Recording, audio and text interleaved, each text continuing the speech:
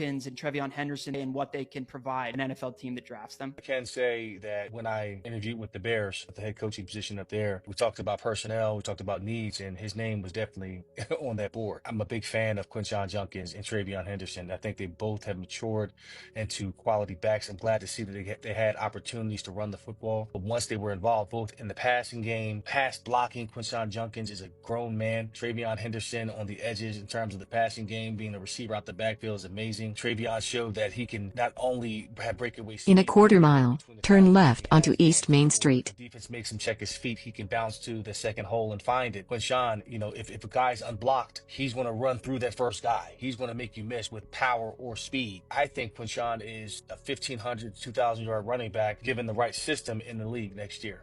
He can be that bell horse guy. If the show is all his, he can deliver for you. I think he does everything well. Breakaway speed. Turn left onto East Main Street. He's got the ability to break tackles in between the tackles and inflict pain on defenders. I'm really a big fan of both of those running backs. I think if you watch any Bears game, the run game wasn't as consistent enough. Swift had a decent year. He had a nice, decent stretch of games where he was fairly decent, but overall, the run game was a big problem. I think he was 29th in rushing or something like that, so that's an area of concern. Now, if you know anything about running backs, Eddie George is a guy who can speak on them a lot, with his place in history all time, wherever you rank him, but with his career.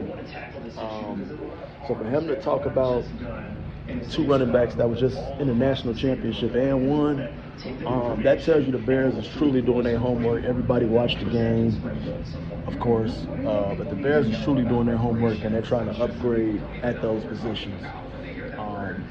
And Swift is a very good change of pace back, but you can always have two running backs. Now we had Smith, We did have Roschon Johnson. I don't know why I said Smith. Thinking of Roquan Smith. But, I feel like you can always add depth. You can always get you a true number one back.